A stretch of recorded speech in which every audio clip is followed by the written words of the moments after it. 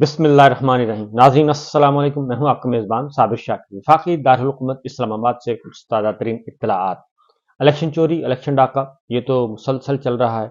लेकिन अब जो चीफ इलेक्शन कमिश्नर और उनके जो चार रतन हैं, उन्होंने ढिठाई की और बेशर्मी की इंतहा कर दी है और बिला खौफ खतर ऐसे ऐसे गैर आइनी और गैर कानूनी इकदाम कर रहे हैं। मुझे नहीं लगता कि वो मुस्तकबिल में जब इस सारे इलेक्शन का ऑडिट होगा और इस सारे इलेक्शन का पोस्टमार्टम किया जाएगा, ये चीफ इलेक्शन कमिश्नर जनाब राजा साहब और उनके जो चार रतन हैं वो बच पाएंगे, कानून की गिरफ्त में वो नहीं आएंगे। उसकी वजह बड़ी क्लियर है कि कल जो कोर कमांडर्स कॉन्फ्रेंस हुई, वो कोर कमांडर कॉन्फ्रेंस में जो मेरा जो नुक्ता नज़र है उस पे कुछ लोग तनकीद भी कर रहे हैं और कुछ उनसे डिसएग्री भी कर रहे हैं कि मेरी शायद बात दुरुस्त नहीं है। लेकिन मैं ये कहता हूं कि कल कोर कमांडर्स कॉन्फ्रेंस जो हुई उसमें बहुत ज़्यादा डिटेल डिस्कशन हुई, बहस मुबाहिसा हुआ और कहीं भी कोर कमांडर्स कॉन्फ्रेंस के एलामिये में जो जारी किया गया डीजी आईएसपीआर की तरफ से, उसमें कहीं एक लाइन भी नज़र नहीं आ रही कि जिसमें उन्होंने कहा हो कि इलेक्शन हमने करवाए हैं। पहली बात। दूसरी बात ये कहा हो कि इलेक्शन बड़े साफ, शफाफ और जानिबदार हुए हैं। ऐसी कोई बात उसमें नहीं लिखी गई। शायद कुछ लोगों का ख्याल था, ख्वाहिश होगी कि लिख दी जाए, लेकिन उसमें ये कामयाबी हासिल नहीं हो सकी।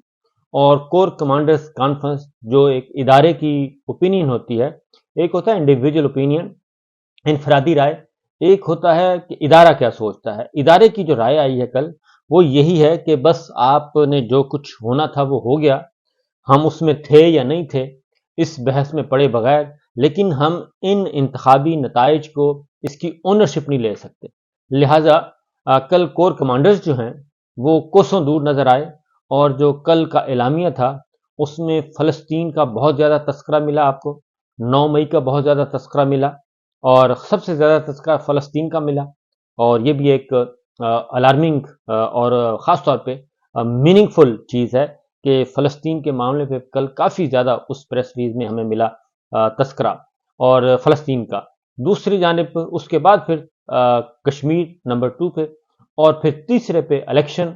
और इलेक्शन का जो सिलसिला, उन्होंने कहा जी हमारा ताल्लुक बस इतना ही था कि इलेक्शन के नताइज से हमारा कोई ताल्लुक नहीं है। हमारा था कि पुरअमन तरीके से इलेक्शन हो जाए, यानी कि पोलिंग डे वाले दिन, ये उस दिन की बात हो रही है, वो हो गया और इलेक्शन के नताइज ये हमारा काम नहीं है।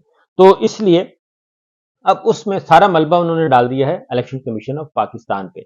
अब चीफ इलेक्शन कमिश्नर जो हैं वो उस रात, जो इलेक्शन की रात थी, यानी कि 8 और 9 फरवरी की दरमियानी शब, जब नताइज जब रोक दिए गए, तो उस वक्त फिर जाहिर है क्रिटिसाइज जो हो रहा था, तनकीद, वो तो चीफ इलेक्शन कमिश्नर हो रहे थे राजा साहब और उनके जो चार रतन थे। और फिर उस रात राजा साहब गायब भी हुए, किसी से मिलकर आए, मिलकर वापस आ गए। और फिर राजा साहब ने मुख्तलिफ एंकर्स को, एक नहीं, दो नहीं, तीन नहीं, मुख्तलिफ एंकर्स को उन्होंने फोन कर करके अपनी पोजीशन क्लियर करने की कोशिश की कि ये मैं नहीं हूं, ये मेरी वजह से इलेक्शन डिले नहीं हो रहा, ये मेरी वजह से रिजल्ट डिले नहीं हो रहा, ये हमारी वजह से नहीं हो रहा। हमने तो प्रिजाइडिंग अफसरों को सिक्योरिटी भी प्रोवाइड की हुई थी, अपनी अपनी गाड़ियां दी हुई थी, उन्होंने आना था। तो चीफ इलेक्शन कमिश्नर साहब ने उस रात ये मुख्तलिफ एंकर्स को फोन करके बता दिया था कि जनाब प्रिजाइडिंग अफसर जो हैं उनको ले गए सिक्योरिटी वाले और सिक्योरिटी फोर्सेस ले गए उनको। उनकी जो इलेक्शन कमीशन ने गाड़ियां दी थी और सिक्योरिटी दी थी, इंडिविजुअल उन्होंने पहुंचना था डीआरओ के ऑफिस, डिस्ट्रिक्ट रिटर्निंग ऑफिस आना था, लेकिन डिस्ट्रिक्ट रिटर्निंग अफसर के दफ्तर में वो नहीं पहुंचे। क्योंकि इसलिए नहीं पहुंचे कि उन्हें रास्ते में सिक्योरिटी फोर्सेस ने उठा लिया था और वो एक बड़ी बस में लेके उनको फिरते रहे और 3 घंटे, 4 घंटे, 5 घंटे की लेट जो हैं वो पहुंचे हैं, क्योंकि उनके पास जो रिकॉर्ड था वो रिकॉर्ड टेम्पर किया गया। ये चीफ इलेक्शन कमिश्नर जो हैं ये ऑफ द रिकॉर्ड बताते रहे हैं और कुछ एंकर्स ने ये बातें ड्यूरिंग इलेक्शन ट्रांसमिशन बता भी दी थी। लेकिन कल जो कोर कमांडर्स ने ये सारे का सारा मलबा डाल दिया है इलेक्शन कमीशन पे। अब इलेक्शन कमीशन अभी भी बाज नहीं आ रहा। अब वो तो निकल गए हैं, क्योंकि सामने जो इलेक्शन करवाने जिसकी जिम्मेदारी थी इलेक्शन करवाना, वो तो चीफ इलेक्शन कमिश्नर और उनके 4 रतन थे, और पूरी मशीनरी आईनी और कानूनी तौर पे उनके कंट्रोल में थी। लिहाजा कल फिर उन्होंने एक और कदम आगे उठा गए हैं, और 26-29 दिन के बाद उन्होंने फॉर्म 45 अपलोड किया, और फॉर्म 45 वो अपलोड किए जो टेम्पर्ड थे, जो फोर्जरी उनमें हुई है, जालसाजियां की हुई हैं, इजाफी एडिशनल जो ओवर राइटिंग की हुई है, फिर दस्तखत करवाए हुए, इनिशियल साइन बहुत करवाए, बेशुमार इनिशियल साइन, वो सारे के सारे फॉर्म 45 जब उन्होंने किए तो उसमें बड़े पैमाने पे रद्द बदल का इंकशाफ सामने आ गया। यानी कि वो डटा हुआ है। अब चीफ इलेक्शन कमिश्नर और उनके जो 4 रतन हैं वो अब अपनी जान छुड़वा रहे हैं कि जनाब ये हमारा रिकॉर्ड नहीं है।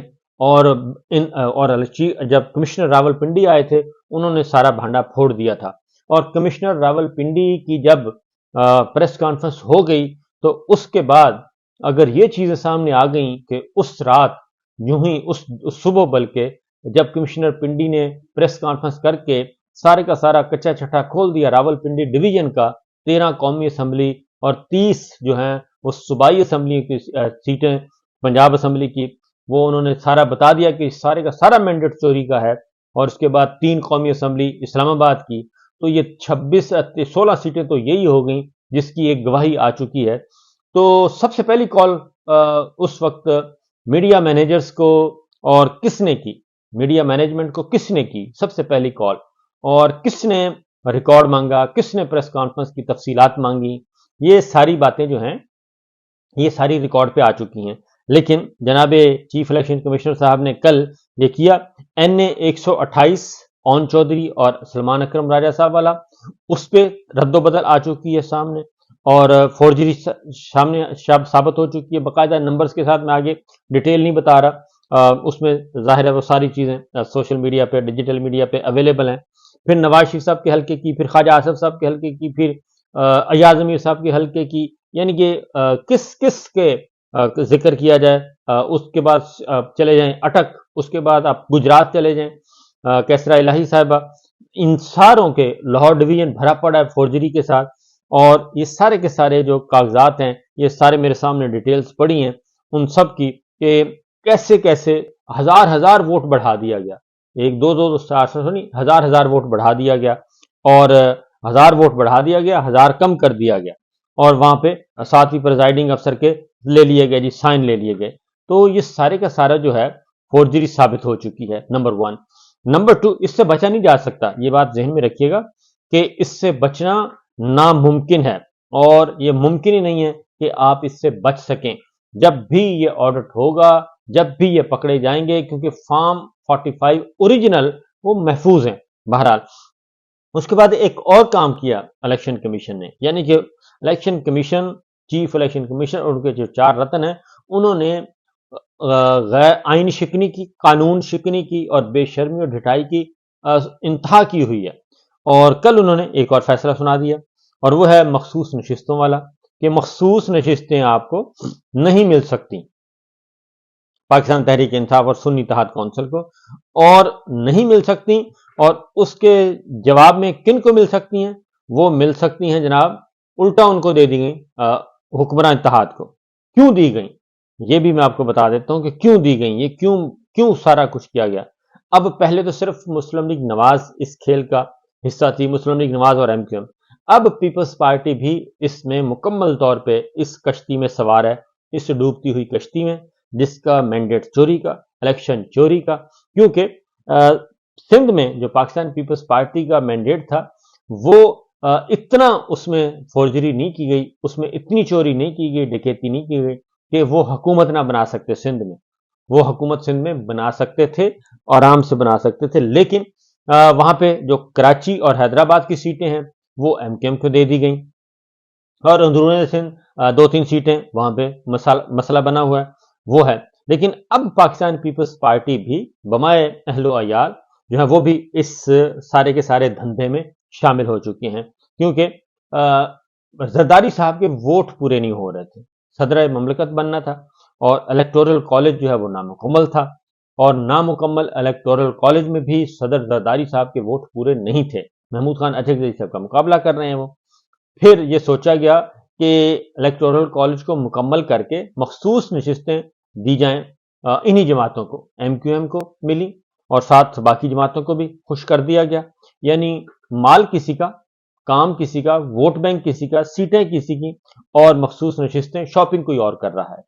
تو وہ شاپنگ جو ہے مال غنیمت کی طرح لوٹا ہوا مال جو ہے وہ کل تقسیم کیا گیا، اور وہ تقسیم کرنے کے بعد اب جو پارٹی پوزیشن جو ہے وہ ان میں جان آئی ہے. اب پیپلز پارٹی نے جو ایک چھوٹا سا سٹیٹمنٹ جاری کیا ہے کہ جی زرداری صاحب کے الیکٹورل کالج میں 354 یا 358 ووٹ جو ہیں وہ کمپلیٹ ہو گئے ہیں، ہم نے ہدف حاصل کر لیا ہے، اب زرداری صاحب صدر بن سکتے ہیں.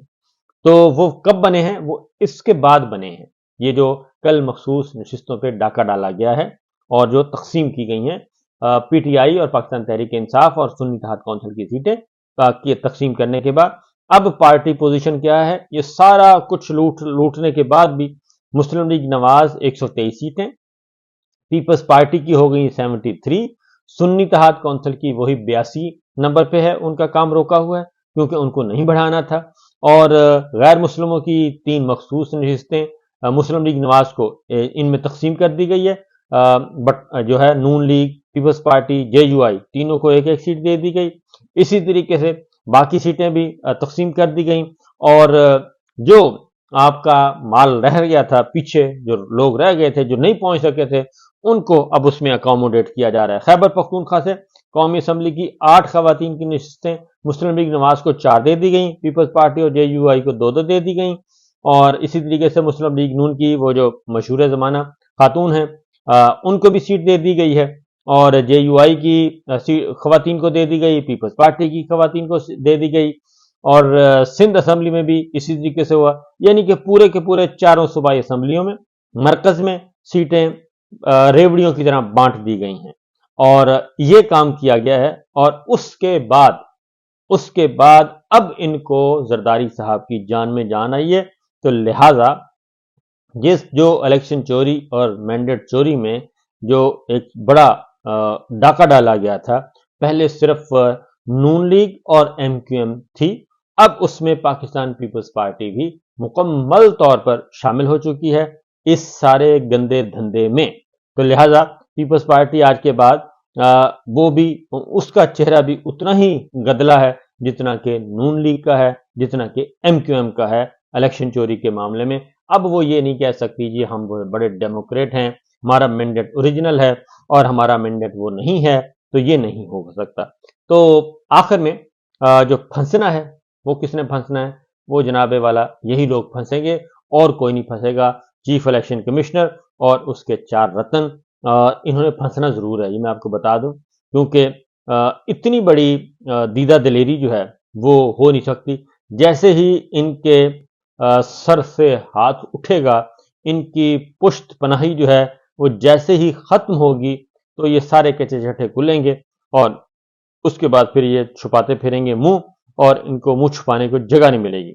اس کے بعد ایک قرارداد قومی اسمبلی میں پیش کر دی گئی ہے، جمع کروا دی گئی ہے، اور وہ ہے اسد کیسر صاحب نے جمع کروائی ہے، اور اس میں عمران خان صاحب کو اور دیگر جتنے بھی سیاسی قیدی ہیں، شاہ محمود قریشی صاحب ہیں، ڈاکٹر یاسمین راشد ہیں، چودھری پرویز الہی صاحب ہیں، عمر سرفراز چیمہ ہیں، اور اس کے بعد عمر سرفراز چیمہ ہیں، جاوید صاحب ہیں، اعجاز چودھری صاحب ہیں، میاں محمود الرشید ہیں، اور دیگر تمام سیاسی رہنما ہیں، عمران ریاض خان ہیں، اسد طور ہیں.